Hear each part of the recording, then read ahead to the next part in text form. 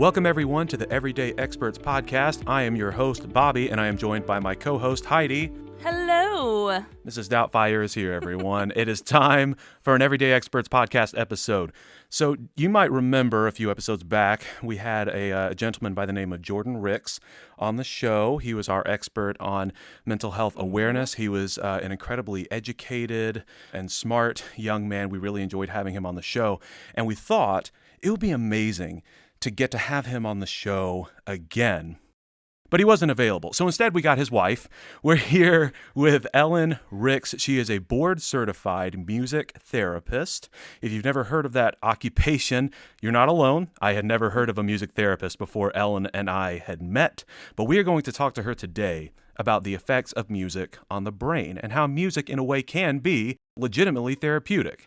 So we're very excited to have you on the show with us, Ellen. Say hello to everyone. Hello, thank you. I'd also love to clear up some stuff Jordan said about me. I'm just kidding. Oh. I think you said that you were incredibly supportive, so you'd like to clear up. We'll keep it at that, I guess. Oh, okay. Yeah. He did talk about me quite a bit, though, so I'm not above talking about him if it comes up. I don't know. I'm just saying. That's very big of you. Revenge. Well, why don't you tell us a little bit about your background? Tell us about your path to becoming a music therapist when you knew you wanted to be a music therapist. Yeah, sure. So I would say that I've been musical my whole life. A lot of us have, obviously. Both of my parents are self-taught guitarists, and my brother is into musical theater. We were in band and choir together, so we were kind of think like the Jackson 5 or, we were like the musical family. So I wanted to go into music in college, but I didn't really want to be an educator. I kind of say I can't teach a squirrel to find a nut. I'm not a good teacher. So music education, probably not for me. I knew performance is a tough field to go into, maybe kind of dead end. So I thought maybe I would just major in music and minor in psychology because I'm also very interested in psychology, not unlike my husband. And so researching colleges and education paths, I found and thinking that is what I wanted to do, I found a major called music therapy. And I thought, wow, that sounds like two things that, The perfect blend. the perfect blend of two things that I'm really interested in. So I kind of got to researching and thought that maybe this would be a really positive and good thing for me to go into. I also, growing up, my brother that I mentioned before, he's also autistic. So I got to see the power of music in somebody's life on a really personal level. So I saw him, grow up and having to overcome certain challenges in school or socially or whatever, and how positive and powerful music was for him. And so that only fed into how much that I believe music can be such a positive thing in somebody's life. So How did you see it help him? well, he, like I said, was really into musical theater. I would say, I don't know, that's probably his number one passion, I would think. And so naturally, he struggles socially. He might have a hard time making or maintaining a friendship, or he may have a hard time expressing himself in a certain way. But once you add a musical element into his world, and if you add a role for him to play where music can support him in that, he just blossomed. Like, he just became himself, even though he was like acting like somebody else. He really grew up that way. And so I just saw that. He also plays lots of instruments. And so I saw him, really motivated to learn in band class where he might not have been motivated to learn in like math class or something like that. So But those two are very closely connected. I've heard that. Yeah, that's true. But yeah, so just when music is intertwined in somebody's life and on so many levels, I just saw that, pretty much all through my life growing up. And that is how I got into the field in college. So I completed my 4 years of coursework. I have a bachelor's degree in music with an emphasis in music therapy. And I went on to complete a 6-month internship after that, where I worked in our music therapy clinic based in our university. There's a music therapy clinic there. So I was the first intern there, and I kind of laid the groundwork and the foundation for that clinic, which is really, they're thriving today, and I'm so proud of them. Yeah. So, and outside of that clinic space, I also worked a little bit at the University of Louisville Hospital in like hospice palliative care unit, the oncology unit, a little bit in the NICU, and in the neuro ICU, working with people who've had like traumatic brain injuries, things like that. And some community groups too, like Down Syndrome of Louisville, things like that. So when you're in those settings, what exactly does a music therapist do? Or is it different in different settings? Yeah, it's definitely different in different settings depending on who you're working with. But music therapists are therapists, right? So we'll start just from that framework. Therapists follow what we call the therapeutic process, which is we assess, we treatment plan, we implement the treatment plan, then we might reevaluate and do some different things, and then ultimately termination. That's the broad. That sounds very violent. Yeah. Well, it's usually kind of nice. I mean, you know. Well, It's a graduation. Yeah, Well, they therapy graduate. didn't work. Time I for like termination. that better. Yeah. Confetti. It's a celebration. It's a celebration of their accomplishments. So that's the framework of the therapeutic process. No matter what kind of therapy you're going through, you're going to start, do it, and end it. You don't start therapy to stay in it your whole life. But music therapists, when it goes time to implement that treatment plan, we use music to accomplish those goals instead of talking or art or whatever. Our medium to address the goals is always going to be music based. So that could look like singing, it could look like instrument playing, it could look like dancing, it could look like writing a song or listening to a song and talking about the lyrics, reminiscing, maybe thinking of a song that you maybe grew up with, or talking about associated memories or people that you might have with songs, something like that. But it's always going to be a music-based intervention to accomplish a goal. You know, it's interesting you talked about reminiscing on old songs in a therapy session, because I think in my brain, I just imagined you like with a guitar, like constantly like slung over your shoulder during the entire, therapy session, just like strumming along behind like anything you're saying Like vamping. or doing. Yeah. Like the town troubadour in Gilmore Girls. Like that's just kind of how I pictured you in therapy sessions. So it's interesting that, music therapy doesn't literally involve all the time singing a song or, making a song or anything. It's interesting. Well, something you said reminded, as you know, I'm studying the Enneagram, so I'm listening to What? I'm studying yet another book because I'm still trying to convince myself of what I am and learn more about it. But one of it, I can't remember if it was about the 4 or the 5, but one of them, they said to help them, they're feeling repressed, and so to express their feelings, sometimes you might ask them, well, can you think of a song that would express that feeling for you, and we can talk about it? And so it kind of connects with that and with your brother, because, it's almost like a way to communicate with people around you. Exactly. Yeah. Okay. Well, we're not going to stick on music therapy itself specifically too long, but I was curious, in what context is music therapy most useful? Why do people go see a music therapist as opposed to a regular therapist, for example? Why not? Why wouldn't you go? I'm just kidding. Okay, case closed. So I would say that because music is, and this is going to dovetail into just a general music discussion, but I would say we'll decide that. Okay, they're the bosses. No, I'm kidding. Continue.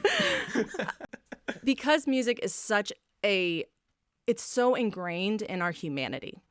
It really is. And we can talk about that later, but music is an inherent part of how we operate and how we express ourselves as humans. I mean, think about your day, like just an average day in your life. You're not going to get to the end of your day without stumbling across music in some juncture. Like you're going to maybe wake up to a song on, your phone, or you're going to passively hear the radio, or you might say a sentence that also sounds like a lyric, so you might start singing a song. Whatever. I mean, music is functional to who we are as humans. It is very intertwined with how just our brain works. It activates our brains in many, many different ways.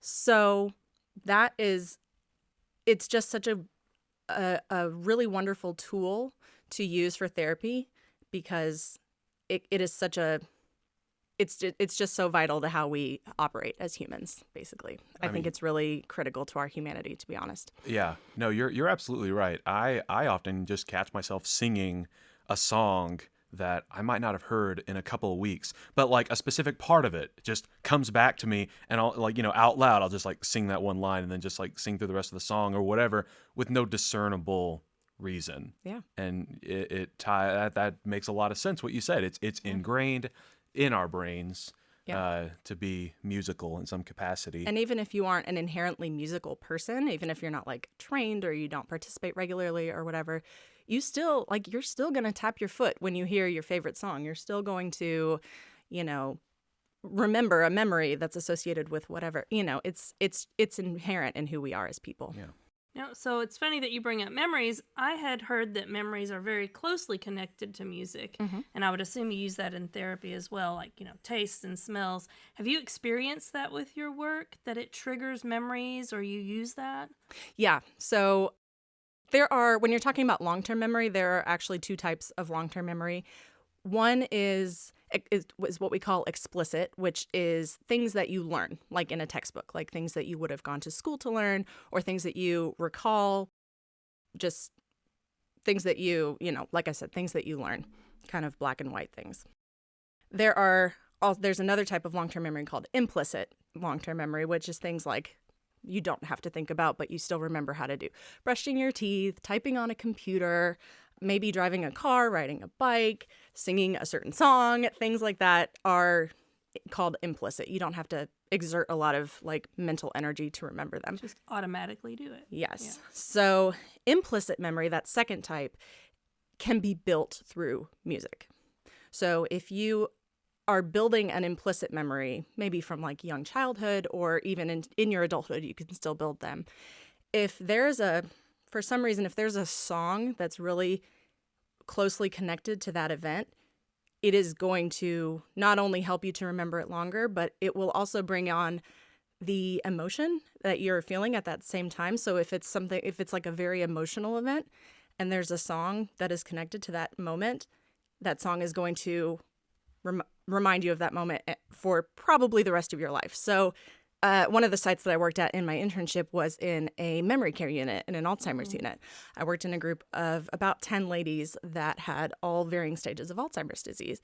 And, if they are mid to late stage Alzheimer's disease, they won't remember what they had for lunch that day, or they may not remember their kids' names or where they are or whatever. But if I play It Had to Be You by Frank Sinatra, then they can tell me about their wedding that was 60 years ago. And they can tell me like, oh, I danced at my wedding and my husband Jerry was there and I remember it so vividly, but like they couldn't tell me what they had for lunch 2 hours ago, So it's because of that musical component in that moment that's tying to that implicit memory that's assisting them and they're losing their memory, right? I mean, they're losing a lot in that disease process, but music helps to maintain it. It's a really special moment for like a family, if a family's around, and it's a special moment for them. They realize what they're doing, and it's awesome. Brings them out of their shell, animates them. I can just see it in your face the way Yeah. you're reenacting, and I know that people on the radio is what I was about to say. What's a radio? Showing my If you look there. deeply into your phone, you can see it. There you go. It's that old box in your car that doesn't work. It's a really special thing to look at. Yeah. I mean, it's awesome. You can see their eyes light up. You can see like Improve their mood, their they're stamina for the day. a lot of times they're really agitated because they just don't know why they're thinking this way or disorganized or acting like that. But then it not only helps their mood just in the moment, but they're so proud of themselves for remembering, and they're happy to remember. Well, obviously. and that connection too with like taking it outside of that, I would think of like, breakup songs or, oh, this reminds me of when I was in middle school or dances or, I mean, Heidi and I had an experience recently where we were sitting next to each other and a certain song came on and I burst into tears. Heidi, her head was spinning. She had no idea what was going on. I burst into tears and I had to leave the room, and she was like, "Are you okay?" And I was like, "I just need a minute. I'm so sorry." But that was because that song was really intimately tied to a very emotional moment for a lot of us. And she was very sweet and kind and helped me through it. But that's what happened. Psychologically, that's what happened in that moment. Yeah, it's funny. I was talking to somebody the other day about how, to me, like sports are a big common denominator for people. And I think other than live sports or just sports in general, I think music might be one of those greatest unifying forces in a lot of ways. I know everybody has different tastes in music, right? I mean, there are so many different genres. Like everybody likes their own type of music, but when you are part of, that group that likes a certain type of music. For example, I mean, Ellen is in the same praise team that Heidi and I are in at church. That's actually how I know the two of you.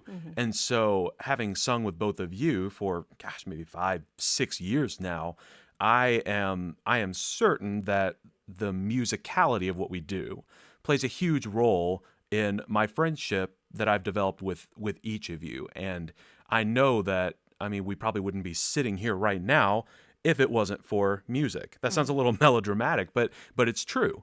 And I really think that in a way, music does have that. It does have that unique unifying power. I agree. Yeah. I agree. It can be a spiritual unifier, or it can be, I don't know. I'm not going to say party unifier, but just imagine yourself, you go to a concert, you don't know maybe 3 people at that concert, but you're there with them. You're all unified and singing along. It's just, there are a lot of ways. I agree with that. Yeah, absolutely. Well, so let's get into the psychology of music a little bit, bearing in mind that Ellen is a music therapist and that Heidi and I sing with her on praise team. This is going to be like a super informed conversation about music. So get excited. I wanted to. I guess if you're 15 minutes into this episode, hopefully you're excited already. But we want to know psychologically, like, what happens when you listen to music? Whether it's like your favorite type of music, especially, but just I'm convinced that any type of music will like trigger a response. And a good example of that is I almost physically vomit when I hear the song Santa Baby. I hate that song. If you ever get a music therapist, make sure to tell them that, because that is something we'd want to know. Are you taking new I have patients? availability in my I'm just kidding. Mine is the Halloween theme song. Ooh, yeah. I can't handle that. That's No. That's a good choice. You step away from that. Why did I sit you next to the keyboard? That was a mistake. So tell us what happens. Tell us what happens when you listen to music. Yeah, a whole range of emotion can come out. No. So what happens is a whole lot of things. Like I mentioned before, the music lights up the brain in many different ways. So if it lights up the brain in a way that we call globally. So if you think of your brain as the Earth, a little bit of light's coming from every country, every continent, every ocean. There's something going on in almost every part of our brain when we listen to music. There is almost nothing that we do as humans that lights up our brain in the same way. Everything else is either like right-sided, quote unquote, or left-sided, quote unquote. So the right side being like your creative side, free thinking, think like, intuitive, your qualitative side. So the part of you that's artistic and kind of abstract. And the left side being the problem-solving, quantitative, critical thinker, organized side. There's aspects of both of that while we're making music and while we are participating in music, when we're listening. But the first thing that happens when a song comes on is the first chemical to be released in your brain is a chemical called dopamine. Dopamine comes from the pleasure center of your brain, so that's why, those feelings and emotions come out right away. And dopamine also plays a role in your executive function, which is your, prefrontal cortex part of your brain. The motor control part of your brain lights up, so you instinctively want to start moving, maybe tapping your toe or or tapping your fingers, not, bobbing your head, maybe running away if it's Santa Baby, I don't know. But that is a conditioned response. Yes, exactly. Unless I'm in a car. Dopamine plays a role in motivation and arousal. So if you're thinking about like working out, a lot of people say that they go longer and stronger in their workout when they're listening to music as opposed to just not, or listening to a podcast or something like that. Like this you podcast? You could totally listen to a podcast while you work out. Don't you I'm not sway you discouraging away it. from I'm that. just saying you might not go longer and stronger. Just be okay with it. It's fine. And it also is obviously reinforcing, kind of the same thing, and rewarding. So that's one chemical that does all those things for our brain. And serotonin does some of that too, and serotonin and dopamine kind of go hand in hand. There's another really cool thing that dopamine does that I think everybody will relate to is, have you ever listened to a particularly favorite song or a particularly like very powerful song, and it comes to a moment musically that is like a height or something, and then you get a chill, you get like a rush? I think hopefully everybody, I'm hoping that for everybody that you've felt that is dopamine working in your brain. So what's happening is your brain is making that dopamine because you're really super excited to, be listening to this, but it hasn't released in the same way as your body is used to, because this is just the way that your body is reacting to this piece of music. And when it comes to that moment, your brain releases it all of a sudden instead of kind of trickling evenly like it typically does. If it builds up and builds up and builds up and releases all at once, that is the feeling of getting chills when you're listening to music. That is literally a dopamine rush going from your brain down to your body and back to your brain.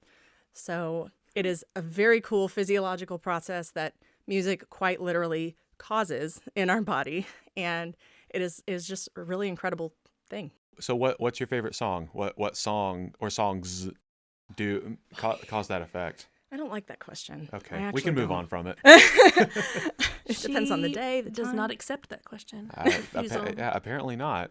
Yeah. We have to know so much and know like how to reach so many people with music that I don't know. My own preferences get lost in everybody else's. Well, I can have a connection to that. This conference that we went to recently as the praise team, that one song, and I can never remember titles, so you'll have to forgive me. But there was one song, and I leaned over to my friend. I was like, I really wish we were standing up. I really wish we were standing up. And she was like, I will. And so we stood up together because it was just that.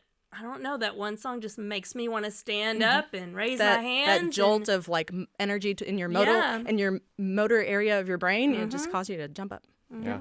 Well, I think the lyrics of the song literally said, "Stand up and raise your hands, Heidi." It did not. It did not. No.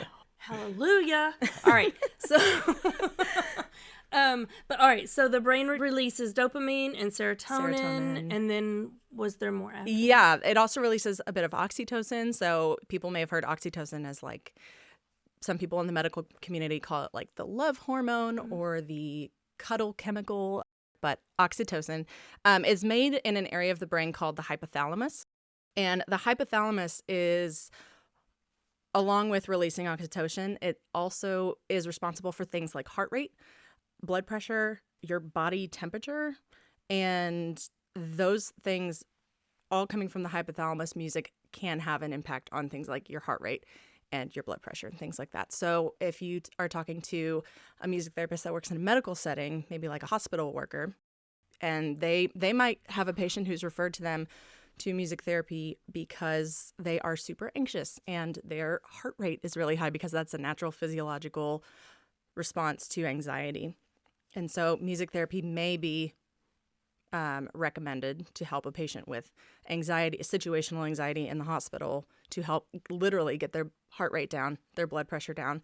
And the best thing that a patient can do in the hospital, if I'm working with them, is fall asleep, because that means like, you know what I mean? Sometimes, some people think that's like rude or something. No, I want them to fall asleep. If they can go from like a super anxious heart rate to asleep, I have like 110% done my job. So that is, but that all that action is from the oxytocin, and it's in the hypothalamus. Okay, so basically what I'm hearing is, when I'm at a classical music concert and I fall asleep, it's a compliment. If it's a bunch of music therapists up there, yes. It's a compliment. Well, see, they don't wear T-shirts that say I'm a music therapist, so I have no idea.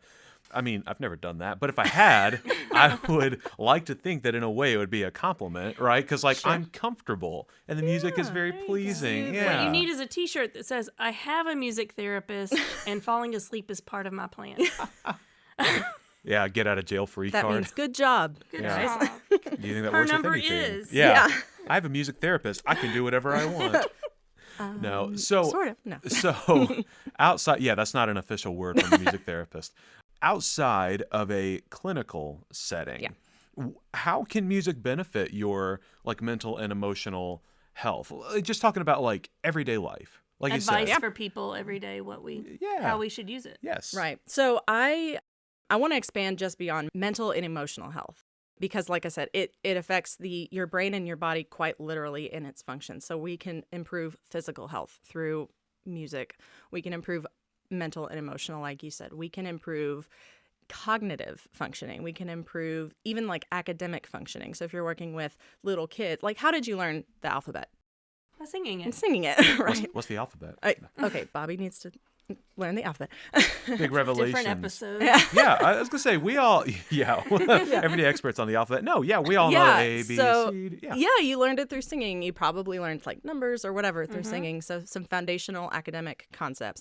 They're spiritual concepts we meditate on and express ourselves through music making. So it is mental and emotional health is super, super important, but it is more than that. It is really any area of your well-being that you may want to improve. Music can help you in that way. So some practical ways for a person to improve on their health using music. I mean, I would start by evaluating yourself and saying, like, am I a quote unquote musician? Do I want to seek out maybe some performance opportunities or some group opportunities?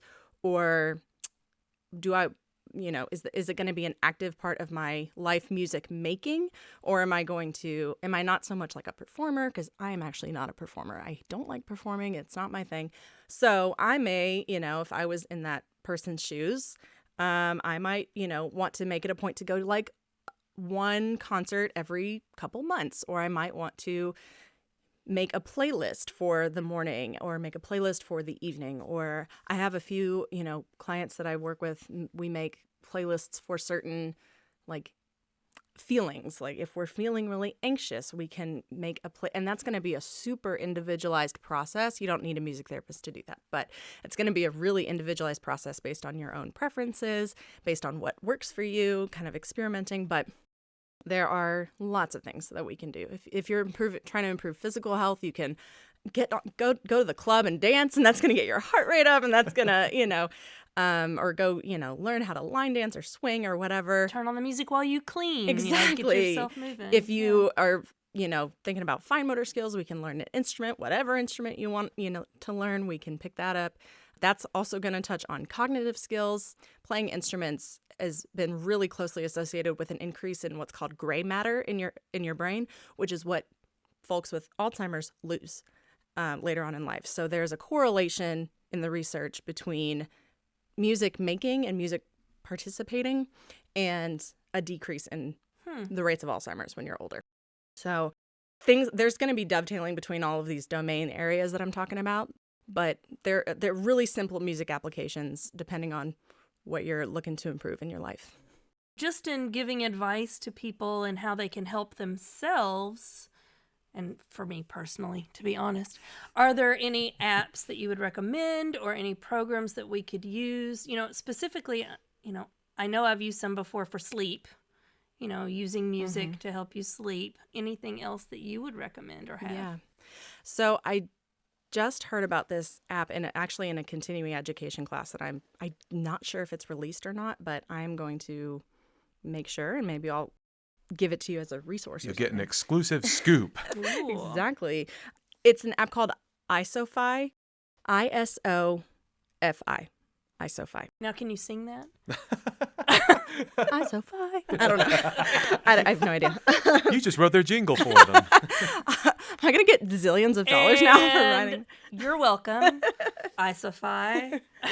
From what I understand from this continuing ed class that I went to, it is an app that makes this playlist that I was talking about. I was, up until then I was using like Spotify, and that was okay, but they've built in such an algorithm that you can start with a couple songs and then it'll keep feeding you more songs kind of based on that app's recommendation of whatever. But that could be a specific app, but I don't think it's launched yet. So that is... We'll be on the lookout. Be on the lookout. And Ellen needs to contact I ISOFI sure do, and say, offer up her jingle hurry. before they release it. Yeah. Yes. Also, this episode is sponsored by ISOFI.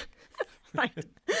But, until then, you can use things like Spotify or, Pandora radio stations, Yeah. stuff like that. But Well, okay, two things. I believe that answered your question. Does that It, answer your it question? did. Yeah. Okay. Yeah, you did great. Okay. You're doing great. Okay.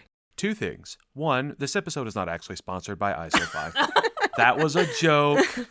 Second thing, I am curious if certain genres of music, if certain types of music elicit different responses from your brain, because I love the band Need to Breathe. I like kind of that like almost folksy rock kind of sound.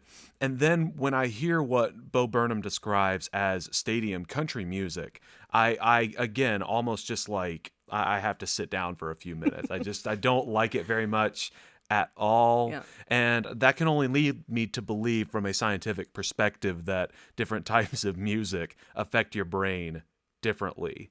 What's going on there? Sure. Yeah. So you can read articles that say stuff like classical music releases dopamine and serotonin, which is involved in learning and memory. So that makes you smart. Have we ever heard classical music makes you smart? Yes.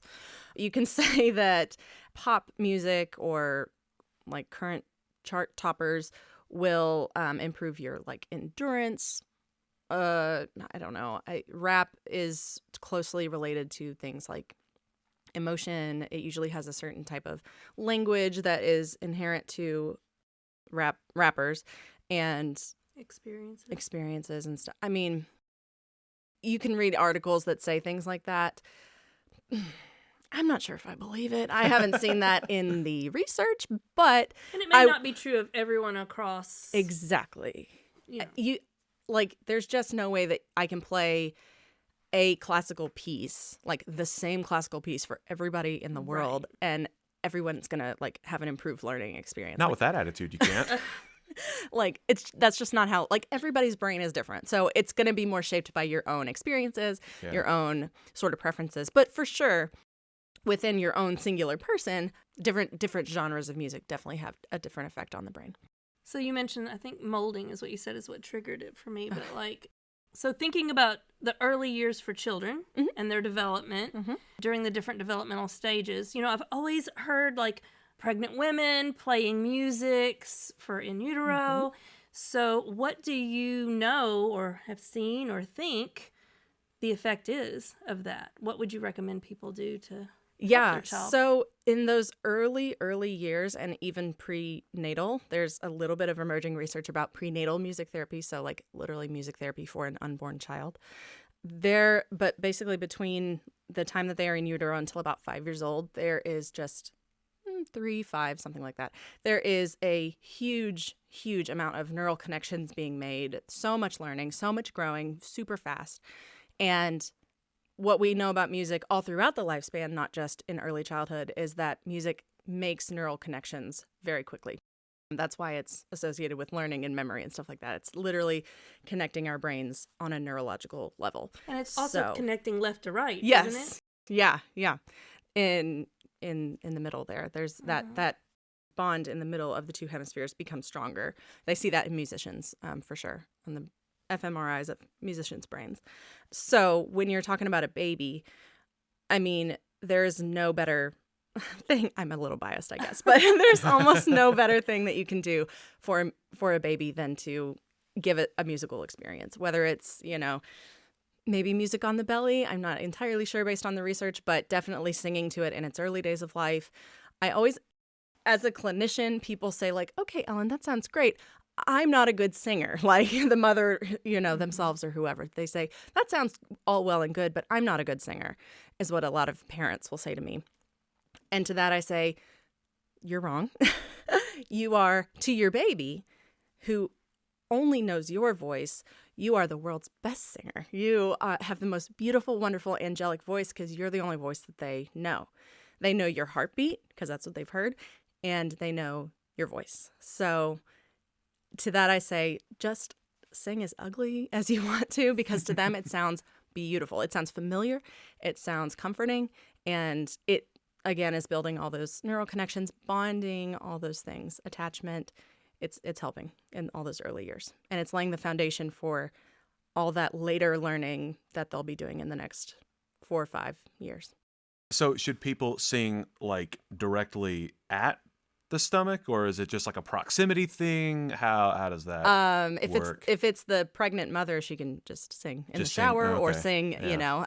wherever because the baby's there. So father can, or whoever other caregiver can speak to the stomach or rubbing or something like that. But yeah, if we're talking about music, definitely close proximity is perfectly fine. But not strangers. Don't go sing at a pregnant woman's Maybe not, unless you're stomach. no. Yeah.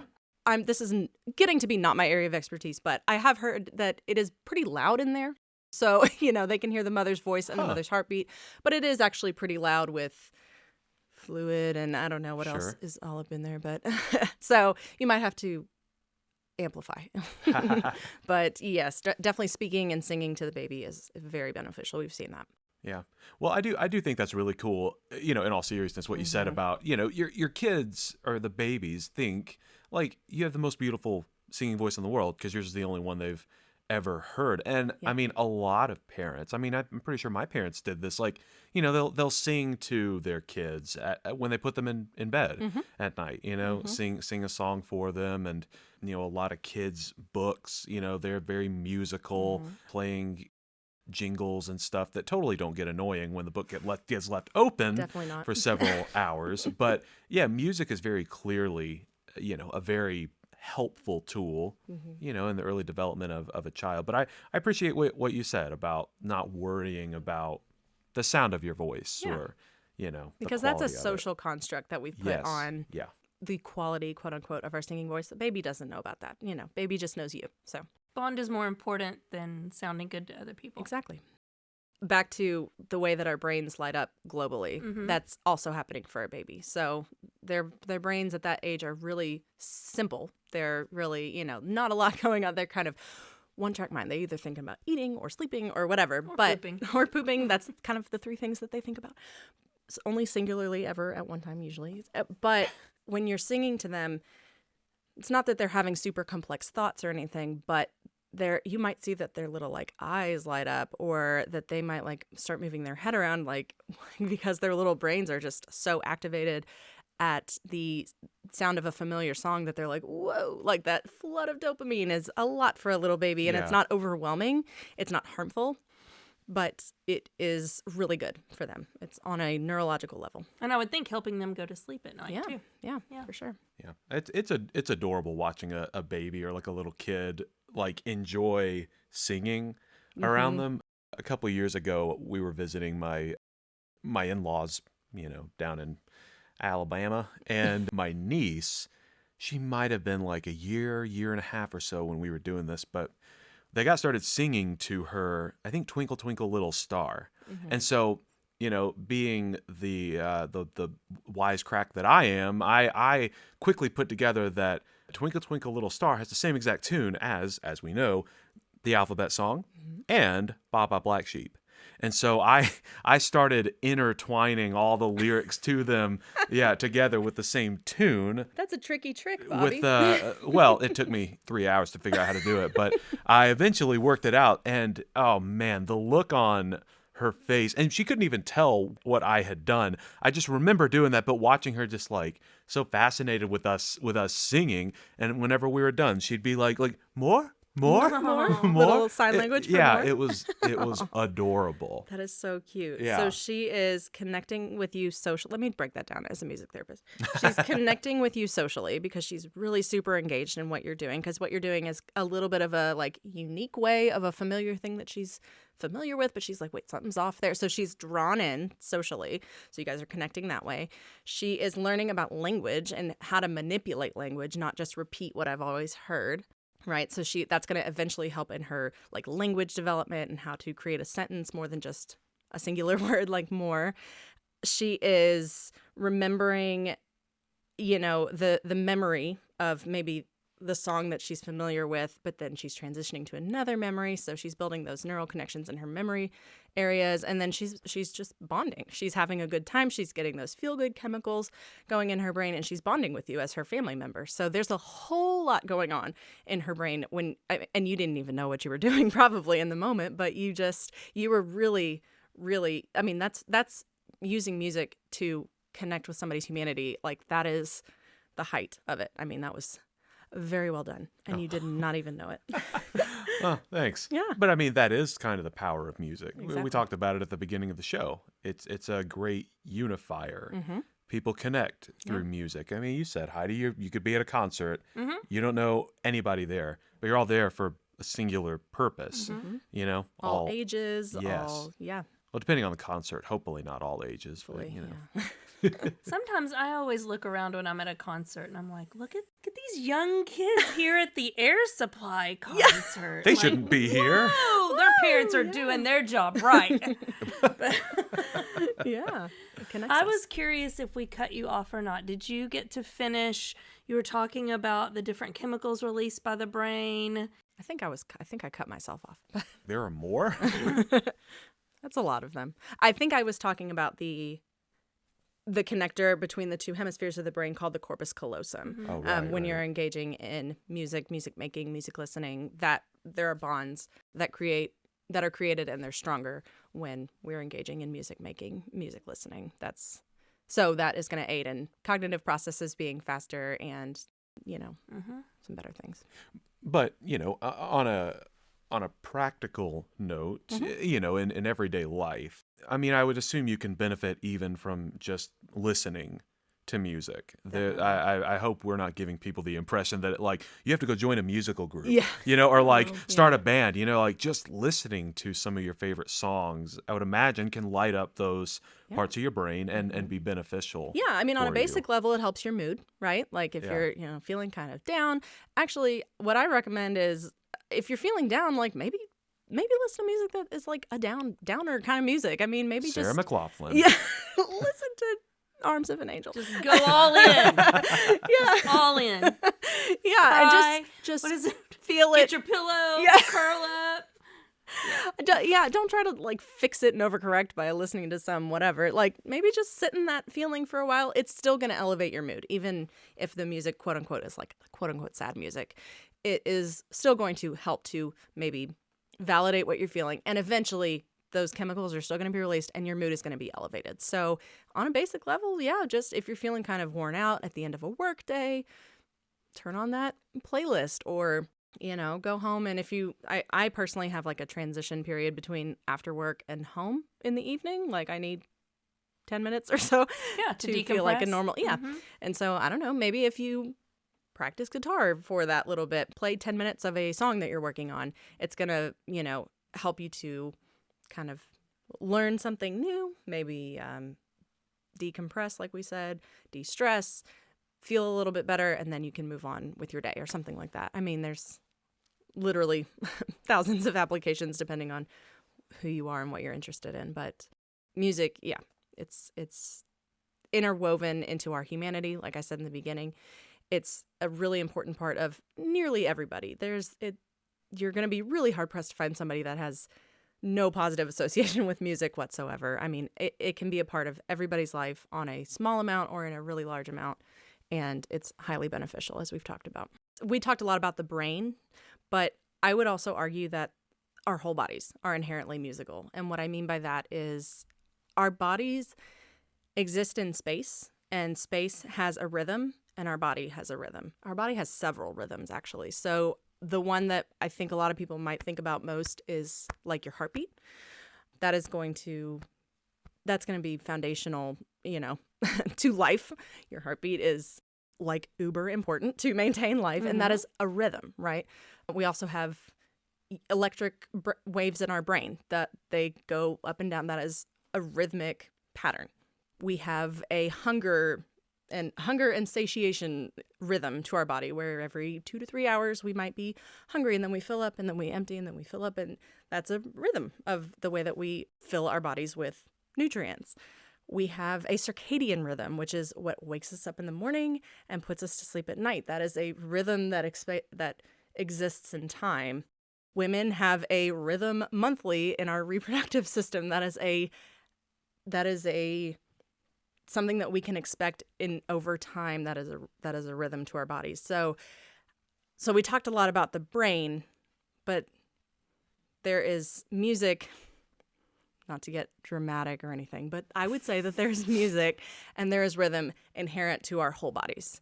So that is something that is really, I think, super interesting. And if you're willing to tap into that as a person, if you want to dig into that musical aspect of your entire body and just surrender to it, then I think you would have the full benefit and full music experience that it could offer you. Does that make sense? Yeah. When the music calls you, Exactly. just answer. Wherever Wherever you are. Just go with it. Just groove, Yeah. That's why in the New York subway there are people dancing and acting a fool all the time. They're just doing what their bodies are telling them to do. Say they're following the rhythm of their bodies. Exactly. No, but in all seriousness, I love that thought. Just getting in tune with your body, owning it, accepting it, and then surrender and go out and do good things. Yeah, exactly. Dancing the whole way. Well, I think that's about all the time we have for this episode. Ellen, thank you so much for joining us. Thank you for having me. Of course. been wonderful. We were disappointed at first when Jordan couldn't make it, for a third episode. But I didn't talk about him enough. Yeah, you didn't. Yeah, tell us about Jordan. That'll be part 2. The everyday expert on Jordan Ricks. Oh man, that's how this show's gonna blow up. Yeah. Sing us out, Bobby. I will do no such thing. I don't sing. I can't do it. I don't even know what tune I would So sing long, to. Yeah. farewell. Oh, there you go. Either So long, farewell. Yep, that's how we'll cut it. Goodbye. Goodbye.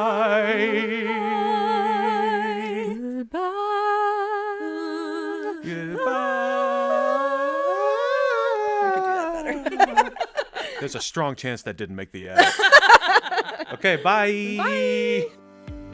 Hey guys, thanks so much for listening. If you know an everyday expert that you think we should talk to, leave a comment below or send a message to the email address in the description. If you're an expert yourself, we want to talk to you too. And be sure to follow us on Facebook and Instagram to get more awesome content and updates on future episodes. See you next time.